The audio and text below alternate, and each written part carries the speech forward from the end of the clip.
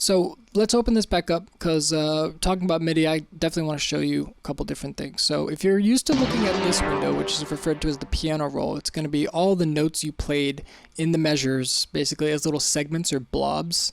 And the score, if you're a music theory buff, is actually, you read music, you'll live on this page. It shows you your time signature. You can adjust individual quarter notes, you can add things, you can still move them around and pitch and stuff.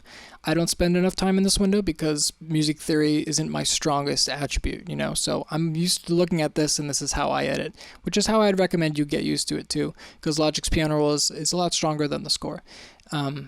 Anyways, to each their own. I'm going to get fired for that. But now that I have all these selected, I really like what I played, but I was kind of off time. I'm not a perfect human. I can always quantize it. Quantizing is basically taking the beginning of the note that you played and snapping it to the measures and the subdivisions of your desire. So right now it's a 16th note. It doesn't have to be a 16th note. It could be an eighth. It could be a quarter note. It could be any of these that they offer you. And triplets are super useful because those aren't shown in the subdivision. So if you played a triplet and you snap it to a 16th, guess what? It's going to be out of time.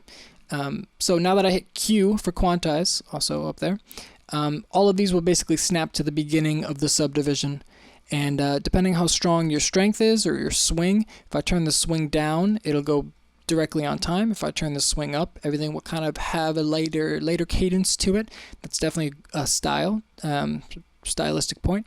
And then the strength is basically, it's kind of like a randomizer for how strong each of the magnetizations are.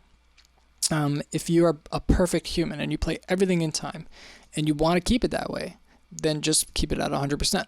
But if you want to kind of keep the life of your performance, maybe you don't want to quantize it all, I would use the strength. Now I have all of these selected. If you click anywhere, they'll deselect. Command A is how you select all of them again. You can also drag whichever files you want to manipulate, and those will only be affected.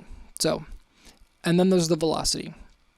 Velocity basically, velocity is the best word for it, but if I try to rephrase, it's basically how hard you hit the key will generate anywhere from 1 to 128 velocity, and then the response that has is how soft or hard you played. So if I want to take the beginning here, I'll drag these, bring the velocity down. You'll see they'll actually change in color.